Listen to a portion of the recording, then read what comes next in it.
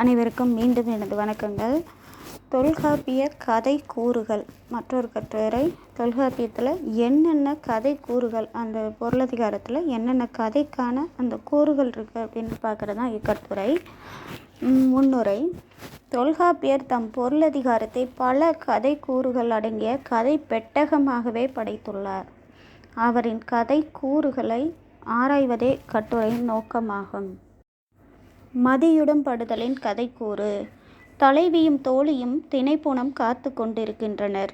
அப்போது தலைவியை கண்ட தலைவன் அவளுக்கும் தன்னை போல் தன்மேல் காதல் எண்ணம் உண்டோ என அறிய அவளிடம் ஏதாவது பேச்சு கொடுக்க எண்ண ஊரும் பேரும் கெடுதியும் பிறவும் நீரின் குறிப்பின் நிரம்ப கூறி தோழியை குறையுறும் பகுதியும் என தொல்காப்பிய பொருளதிகார களவியல் 11வது நூற்பாவில் இவ்வாறு கூறுகின்றான். தலைவன் தலைவியிடம் இவ்வாறு வினவும் போது தலைவி நாணுவதைக் கண்டு தோழி இவ்விருவருக்கும் களவு உண்டு என்பதை மதியுடம்பட்டு ஏனல் காவல் இவளும் அல்லல் மான்வழி மருகுபவன் இவனும் அல்லன் நரந்தங்கண்ணி இவனோ இவளிடை கரந்த உள்ளமொடு கருதியது பெரிதே எம்முள் நாணுனர் போல தம்முள் மதுமறை துண்டோர் மகிழ்ச்சி போல உள்ளத்துள்ளே மகிழ்வ சொல்லும் ஆடுப கண்ணினானே என நச்சர் உரை 21 களவியல் 21வது நூற்பாவோட உரை. நச்சர் இந்த மாதிரி சொல்லியிருப்பார். என்னென்னா, தலைவன் தலைவி இருக்கும்போது முதல் நாள் வந்துடுறான். தலைவியும் தோழியும் திணைப்புணம் காத்து கொண்டு இருக்கும்போது முதல் நாள் வர்றான். தலைவியை பார்த்துட்றான். பார்த்தோன்னே ஒரு மானையை இதையே தேடி வரும்போது வேட்டைக்கு வரும்போது தலைவியை பார்த்தோன்னே தலைவியை பிடிச்சி போயிடுது. மறுநாள் என்ன பண்ணுறான், அதே வழியில் திரும்ப வர்றான். தலைவியை பிடிச்சதுனால தலைவி மேல் காதல் கொண்டு தலைவிக்கும் ஒருவேளை தன் மேல் காதல் இருக்குமோ அப்படின்றதுக்காக அவளை பார்க்குறதுக்காக திரும்ப அந்த பக்கம் தலைவிட்ட மறுநாள் பேச்சு கொடுக்குறான். அதுதான் ஊரும் பேரும் கெடுதியும் பிறவும். ஊர் என்ன, அவங்களோட ஊர் என்ன, பேர் என்ன, தலைவியோட பேர் என்ன அப்படின்ற மாதிரிலாம் வினவுறது, ஏதாச்சும் ஒரு பேச்சு கொடுக்கறது. இந்த மாதிரி அந்த தொல்காப்பிய பொருளதிகார களவியல் 11வது நூற்பாவில் இந்த மாதிரி ஒரு கூற்று தலைவனுக்கே இருக்குது. அப்போ தோழி என்ன பண்ணுறாலாம், இதை உற்று நோக்குறா. இதுதான் மதியிடப்படுதல் அப்படின்ற மாதிரி போன கட்டுரையில் நான் சொல்லியிருந்தேன். போனதுக்கு முந்தின உள்ள கட்டுரையில் தோழி தலைவிக்கும் தலைவனுக்கும் உள்ள உறவை மதியுடன்பட்டு அவளோட அறிவால் உணர்ந்து கொண்டு செயல்படுதல். அப்போ நச்சினாருக்கு நீர் எது சொல்லுவார், ஏனல் காவல் இவளும் அல்ல. இவ திணைப்பணம் காத்துட்ருக்கா, ஆனால் காத்துட்ருக்க மாதிரி இல்லை. மான்வழி வருகுவன், இவன் மான தேடி வந்த மாதிரி இல்லை, இவனும் அல்லன். அதுதான் மான்வழி வருகுவன் இவனும் அல்லன். நரந்தங்கண்ணி இவனோடு இவளிடை கரந்த உள்ளமோடு கருதியது பிறகு. இவங்க மனசுக்குள்ளே உள்ள காதலை மறைக்கிறாங்க. எம்முன் நாணுனர் போல, எனக்கு முன்னாடி மறைச்சு இது பண்ணுறாங்க, வெக்கப்பட்டது பண்ணுற மாதிரி. அவங்களுக்குள்ளே என்ன பண்ணுறாங்களா, மதுமறை துண்டோர் உண்டோர் மகிழ்ச்சி போல உள்ளத்துள்ளே மகிழ்வ. 2 பேருக்குள்ள அவன் வந்தனால இவ சந்தோஷப்படுறா, இவனை பார்த்ததுனால அவன் வந்ததுனால இவ சந்தோஷப்படுறா, இவ சந்தோஷப்படுற பார்த்து இவனை சந்தோஷப்படுறான் அப்படின்ற மாதிரி இதை தோழி உணர்ந்து கொள்வா. இதைத்தான் சொல்லி இவ்வாறு அறிந்து கொள்கிறாள். என்ன அறிந்து கொள்கிறாங்களா, 2 பேர்த்துக்கு காதல் இருக்குன்றத. தோழி இம்முறையில் தலைவன் தலைவியின் காதல் கதையை அறிந்து கொள்ளும் நிகழ்வே கதைக்கூறு நிரம்பியதுதான். கரணம் தோன்றியதில் கதைக்கூறு. ஒன்றி உயர்ந்த ஊழின் வசத்தால் ஒத்த தலைவனும் தலைவியும் கண்டு காதல் கொண்டு களவில் இன்பம் துய்க்கின்றனர். தலைவியிடம் இன்பம் துய்த்த தலைவன் வரைவிற்கு பொருள் தேடி சேர்த்து வரைவோடு வருவதாக கூறி சென்று விட்டு காலம் தாழ்த்துகின்றான். இதனால் தலைவி யாரும் இல்லை தானே கள்வன், தானது பொய்ப்பின் யானவன் செய்கோ என புலம்புகின்றாள். அப்போ என்னென்னா, இது ஒரு குறுந்தொகை பாடல், 25வது பாடல். இதில் தலைவன் பொய்த்ததால் தான் தலைவி அவனை கள்வன் என்கிறாள். இத்தகைய பொய்கள் களவில் தோன்றியதால் தான் இதனை தடுக்க அக்கால சான்றோர் கரணம் என்ற திருமண முறையை ஏற்படுத்தினர் என தொல்காப்பியர் பொய்யும் வலுவும் தோன்றிய பின்னர் ஐயர் யாத்தனர் கரணம் என்று இவ்வாறு கூறுகின்றார். தொல்காப்பியரின் இந்நூற்பா கரணம் பற்றிய கதை கூறு நிறைந்த ஒன்றுதான். என்னென்னா சான்றோர்கள் வந்து அன்னைக்கு தலைவன் என்ன பண்ணுறான், தலைவியிட்ட இன்பம் துய்த்து விட்டு இவளை எனக்கு தெரியாது, இவ யார் அப்படின்ற மாதிரி பொய் சொல்லி இது பண்ணுறதுனால தான் என்ன பண்ணுறாங்க, நிறையா குற்றங்கள் பெருக ஆரம்பிச்சிருச்சு. அதனால தான் என்ன பண்ணுறாங்களாம், சான்றோர்கள்லாம் சேர்ந்து திருமணம் அப்படின்ற ஒரு முறையவே வகுத்து வச்சாங்க. பொய்யும் வலுவும் நிறைய தோன்றதுனால அப்படின்னு தொல்காப்பியர் இந்த நூற்பாவை சொல்லுவார். இதுக்கு உதாரணமாக தான் எந்த பாடல்னால் இந்த குறுந்தொகை பாடல் இருக்கும். யாரும் இல்லை தானே கல்வன் தானது பொய்ப்பின் யானவள் சீக்கோ ஒழுகுநீர் ஆறல் பார்க்கும் குறுகும் உண்டே யான் மணந்த ஞான்றே அப்படின்னு தலைவி ஒருத்தி சொல்லுவா. இதில் என்னென்னா, அந்த இடத்துல தலைவன் என்கிட்ட இன்பம் தூய்க்கும்போது யாருமே இல்லை, கல்வன் தானே கல்வன் அவனும் நானும் தான் இருக்கோம். தானது பொய்ப்பின் அவன் ஒருவேளை என்கிட்ட இன்பம் தூய்த்து விட்டு பொய் சொல்லி ஏமாத்திட்டா, தானது பொய்ப்பின் யானவள் சீக்கோ நான் என்ன செய்வேன் அப்படின்னு நினச்சி புலம்புவா. எனக்கு சாட்சி சொல்ல யாருமே இல்லைன்னு ஒரே ஒரு ஆள் மட்டும் அங்கே இருந்தாங்க, அப்படின்னுவா. அது ஆள் இல்லை, அந்த குறுகு ஒழுகுநீர் ஆறல் பார்க்கும் குறுகும் உண்டே யான் மணந்த ஞான்றே. அந்த குறுகும் எங்களை பார்க்கல, என்ன பண்ணிட்டு இருந்துச்சுன்னா அது அதோட வேலையை பார்த்துட்டு இருந்துச்சு. அது என்ன பண்ணுது, ஒழுகுநீர் அங்கே வரக்கூடிய அந்த தண்ணி வரக்கூடிய அந்த தண்ணி ஒழுகி வரக்கூடிய அந்த தண்ணியில் ஆறல் மீன் வருமான்னு சொல்லிட்டு பார்த்துட்ருக்கு. அதுக்கான உணவை அது தேடிட்டுருக்கு, எங்களை பார்க்கல, எனக்கு யார் சாட்சி சொல்ல வருவா, தலைவன் என்னையிட்ட இன்பம் துய்த்து விட்டு என்னை ஏமாத்திட்டா அப்படின்ற மாதிரி சொல்லி புலம்புற மாதிரி இருக்கும். இதில் குறுந்தொகை 25வது பாடலில். இதுக்காக இந்த பாடல் தொல்காப்பியரோட பொய்யும் வலுவும் தோன்றிய பின்னர் ஐயர் யாத்தனர் கரணம் என்ப அப்படின்ற இந்த நூற்பாவுக்கு உதாரணமாக தான் இந்த பாடலை நான் எடுத்து காட்டியிருப்பாங்க உரையாசிரியர்கள். நானும் இதை வந்து சுட்டுறேன். இந்த நிகழ்ச்சியில் தொல்காப்பியரின் இந்நூற்பா கரணம் பற்றிய கதைக்கூறு நிறைந்த ஒன்று தான். இதில் ஒரு கதைக்கூறு இருக்குது. கதை என்னென்னா, இந்த கரணம் திருமணம் ஏன் உருவாக்குனாங்க, திருமணம்ன்றத சடங்கு முறை எதுக்கு சான்றோர்கள் கொண்டு வந்தாங்கன்னு பார்த்தா, எதுக்கு தலைவன் இப்படி ஏமாற்றிருப்பான் பொய்யும் வலுவும் அப்படின்ற மாதிரி இதை எடுத்துக்காட்டி சொல்லலாம். அப்போ இதுவும் ஒரு கதைக்கூறு தான் அப்படின்றத நான் சொல்கிறேன். காந்தருவம் பற்றிய கதைக்கூறு. முல்லை முதலாகிய அன்பின் ஐந்திணை மக்களின் களவு ஒழுக்கமானது மறையோன் பிரம்மம் பிரசாபத்தியம் ஆரிடம் தெய்வம் காந்தருவம் அசுரம் ராக்கதம் பைசாசம் என்னும் எண்வகை திருமண முறைகளில் துறை யமை நல்யாழ் துணைமையோர் இயல்பே அப்படின்ற மாதிரி சொல்லுவாங்க. இதில் என்னென்னா, எண்வகை திருமண முறைகள் இருக்குது வடவர்களுக்கு. அந்த வடவர்களோட திருமண முறையில் நம்மளோட திருமண முறை வந்து கையில் யாழை வச்சுக்கிட்டு இது பண்ணுற காந்தர்வ திருமண முறையோடு ஒத்தது அப்படின்ற மாதிரி சொல்லுவாங்க. இதுதான் தொல்காப்பிய கலவியல் 1வது நூற்பா. இந்த நூற்பால் என்ன கதைக்கூறு இருக்குது அப்படின்னா என்றாகும். இதில் யாழை இசைத்து பாடுகின்ற காந்தருவ தலைவனும் தலைவியும் தம்முள் மனம் இசைந்து கூடிய கதைக்கூற்றை தமிழரின் களவோடு இவ்வாறு ஒப்பிட்டு கூறுகின்றார். தமிழரோட களவு வாழ்க்கை முறை எப்படின்னா, தலைவன் தலைவி 2 பேரும் காதலிப்பாங்க.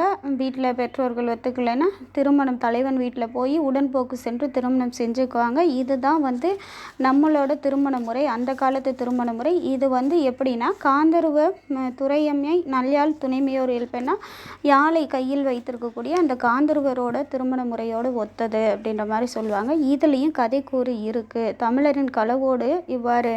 இதில் என்னென்னா, தலைவியும் தம்முள் மனம் இசைந்து இவர் இதில் யாழை இசைத்து பாடுகின்ற காந்தர்வ தலைவனும் தலைவியும் தம்முள் மனம் இசைந்து கூடிய கதைக்கூற்றை தமிழரின் களவோடு ஒப்பிட்டு கூறுகின்றார். யார்? தொல்காப்பியர் அந்த நூற்பாவோடு ஒப்பிட்டு கூறுவது எதுனா ஒரு கதைக்கூறு நிறைந்தது தான். அவங்களோட கல்யாண முறை நம்மளோட திருமணம் மக்களோட திருமண வாழ்க்கை முறை எப்படிப்பட்டது, காந்தர்வரோட திருமண வாழ்க்கை முறையோட ஒன்றுபட்டது அப்படின்றத எடுத்து சொல்கிறதான். அதனால இதில் கதைக்கூறு நிரம்பியிருக்கு. திருமண முறையும் கதை கூறுறதுக்கு தான். ஏற்கனவே கரணம்னு அதுவும் திருமண முறை தான். கரணத்தை வகுத்ததும் ஒரு கதைக்கூறு நிரம்பியது. கரணம் தோன்றியதும் ஒரு இது கதைக்கூறு நிரம்பியது. இங்கே திருமண முறையும் ஒரு கதைக்கூறு நிறைந்தது அப்படின்றத சொல்ல வர்றேன். என்னென்னா, தொல்காப்பியர் கற்பியலில் கற்பு எனப்படுவது என்ன என கூற முற்படுகையில், கற்பு எனப்படுவது கரணமோடு புணர கொளற்குறி மரபின் கிழவன் கிழத்தியை கொடைக்குறி மரபினோர் மரபினோர் கொடுப்ப கொள்வதுவே அப்படின்னு தொல்காப்பிய பொருளதிகார கற்பியல் 1வது நூற்பால சொல்லியிருப்பார். இவ்வாறு கூறுகின்றார். இதில் தொல்காப்பியர் கொடுப்பதும் கொள்வதுமாகிய தமிழரின் திருமண முறை பற்றிய கதை கூற்றை கூறுகின்றார். கொடுப்பது இங்கே என்னென்னா, கொடுக்குறவங்க யாருன்னா பெண்ணை பெற்றவர்கள் யார்கிட்ட, மாப்பிள்ளை பெற்றவர்கள்ட்ட கொடுக்க, மாப்பிள்ளை பெற்றவங்க கொலர்குறி மரபினர் அவங்க அந்த பொண்ணை கொடுக்குறவங்கள்ட்ட வாங்கிக்கிறது, அதான் கொலர்குறி மரபினோர். அதை தான் இங்கே சொல்கிறாங்க. கொலர்குறி மரபின் கிழவன் கிழத்தியை கொடைக்குறி மரபினர் கொடுப்ப கொள்வதுவே. இங்கே கொடைக்குறி மரபினர்னா தலைவியை பெற்ற அப்பா அம்மா அவங்க என்ன பண்ணுறாங்களாம், கொடுக்குறாங்களாம். யாருக்கிட்ட, கொலர்குறி, அதுக்கு வாங்கிக்கிற தன்மையுடைய தலைவன் தலைவியோட அப்பா அம்மாட்ட கொடுக்க கொள்வது தான் திருமணம். கற்பு அப்படின்றது என்னன்னா இதுதான் அப்படின்றத தொல்காப்பியர் சொல்கிறாரு. அப்போ இந்த முறையிலையும் கதைக்கூறு இருக்குது. ஒரு கதைக்கூறு யாருன்னா தலைவனோட அப்பா அம்மாவை பற்றி சொல்கிறாங்க, தலைவியோட அப்பா அம்மாவை பற்றி சொல்கிறாங்க. அப்போ அதுக்குள்ளே உறவுமுறை பற்றி சொல்லும்போது அங்கேயும் ஒரு கதைக்கூறு இருக்குது அப்படின்றத நான் சொல்ல வரேன். புராண கதைக்கூறு. தொல்காப்பியர் கற்பியலில் தலைவன் ஏனது சுவைப்பினும் நீ கை தொட்டது வானோர் அமிழ்தம் புரையுமால் எமக்கென அடிசிலும் பூவும் தொடுத்தற் கண்ணம் அப்படின்னு தொல்காப்பிய பொருளதிகார கற்பியல் 5வது நூற்பாவில் தலைவனோட கூற்றுக்களை பற்றி சொல்லும்போது இந்த ஒரு கூற்றையும் சொல்லுவாங்க. இவ்வாறு தன் மனைவி சமைத்த எளிய உணவு கூட வானவர்கள் உண்ணக்கூடிய அமிர்தத்திற்கு சமமாக இருந்தது என கூறுகின்றான். தலைவன் என்ன சொல்கிறான்னா பாருங்கள், ஏனது சுவைப்பினும் நீ கை தொட்டது வானோர் அமிழ்தம் புரையுமால் எமக்கென. அவ என்ன ஒரு சுடு தண்ணி வச்சா கூட அவளுக்கு சமைக்க தெரியாட்டா, ஏனது சுவைப்பினும் அப்படின்னா எதையோ ஒன்றை சமைச்சு கொடுத்தா கூட அது எப்படி இருக்கா, நீ கை தொட்டது, அவள் கை தொட்டா சமைச்சது எப்படி இருக்கான், வானோர் அமிழ்தம், வானத்து தேவர்கள் சாப்பிடக்கூடிய உணவாகிய அந்த அமிழ்தம் போல் இருக்குது அப்படின்ற மாதிரி யார் தலைவன் திருமணமான புதுசாக மனைவி ஐஸ் வைப்பான். அதை பற்றி இங்கே தொல்காப்பியர் சுட்டியிருக்காரு. அடிசிலும் பூவும் தொடுத்தற் கண்ணம். இவ பூ உணவுனா அடிசில்னா உணவுன்னு சொல்லுவோம், அதை தொடுத்தற்கொண்டோம்னா அதை செஞ்சப்போ அவள் என்ன செஞ்சால் கூட ஒரு வெறும் தண்ணி, பச்சை தண்ணி வச்சு சூட வச்சு கொடுத்தா கூட அது எப்படி இருக்கான், வானோர் அமிழ்த மாதிரி இருக்குது அப்படின்ற மாதிரி சொல்லி பாராட்டுறாங்களா. அது இயல்பு தான், எப்பயுமே இருக்கக்கூடிய இயல்பு. அது மாதிரி பூவும் தொடுத்தற்கண்ணம். அவள் சாதாரணமாக ஒரு பூவை கட்டினா கூட அது எப்படி, காகித பூவை கட்டினா கூட எப்படி இருக்குது, வாசம் நிரம்பியதாக இருக்குது அப்படின்னு ஐஸ் வைக்கிறது, அதைத்தான் இங்கே சொல்கிறாங்க. இவர் தன் மனைவி சமைத்த எளிய உணவு கூட வானவர்கள் உண்ணக்கூடிய அமிர்தத்திற்கு சமமாக இருந்தது என கூறுகின்றான். இதில் தேவர்களுக்கும் அரக்கர்களுக்கும் மோதல் ஏற்பட்ட போது வாசுகி பாம்பை கயிறாக வைத்து கடலை கடைந்த அமுதத்தை எடுத்து வானவர்களுக்கு அளித்த புராணம் பற்றிய கதை கூறு உள்ளது. இது என்னென்னா, வானோர் அமிழ்தம் அப்படின்னு சொல்லும்போது அங்கே வானவர்களாகி அந்த தேவர்களுக்கு அமிர்தம் எப்படி கிடைச்சிச்சு அப்படின்றத பற்றிய கதை கூறு, புராணம் பற்றிய கதை கூறு இதுக்குள்ளே இருக்குது அப்படின்றத சொல்ல வரேன். பண்பாட்டு கதை கூறு. தமிழ் பண்பாட்டில் அதிக ஈடுபாடு கொண்ட தொல்காப்பியர் முன்னீர் வழக்கம் மகடுவோடு இல்லை என தொல்காப்பிய பொருளதிகார அகத்தினியல் 37வது நூற்பாவில் சுட்டுகின்றார். ஏனெனில் முற்காலத்தில் ஆண்கள் பொருள் தேட கடல் கடந்து சென்றனர். அப்போது பெண்களையும் கடல் கடந்து அழைத்து சென்றால் அவர்களோடு அங்கேயே தங்க நேரிடும், நம் நாட்டை விட்டு அங்கேயே அந்நாட்டு குடிமக்களாகவே மாற நேரிடும், பின் நம் பண்பாட்டை மறக்க நேரிடும். எனவே இந்த நிலை நம் நாட்டிற்கு நம் பண்பாட்டிற்கு நேராமல் இருக்க எண்ணியே தொல்காப்பியர் பெண்கள் கடல் கடந்து செல்லல் இல்லை என கூறுகின்றார். தொல்காப்பியரின் இத்தகைய கூற்றில் நம் பண்பாடு பற்றிய கதை கூறு உள்ளது.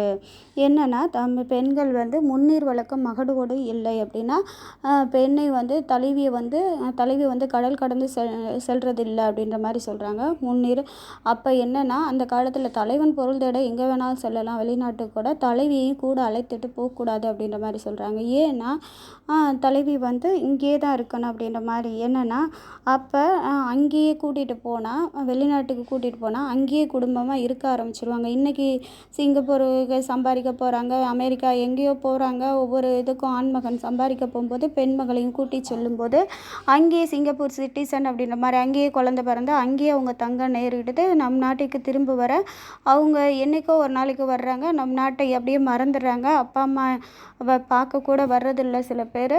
அப்போ அவங்களோட இறுதி கடனில் கூட சில பேரால் கலந்துக்க முடியாத சூழல் அப்படிலாம் இருக்குது. அப்போ நம்ம நம்ம பண்பாட்டை விட்டுருவாங்க. நம் பண்பாடு, நம் கலாச்சாரம், நம்மளோட பண்பாடுனா சாதம் இதெல்லாம் சமைச்சு சாப்பிட்றது வைக்கிறது.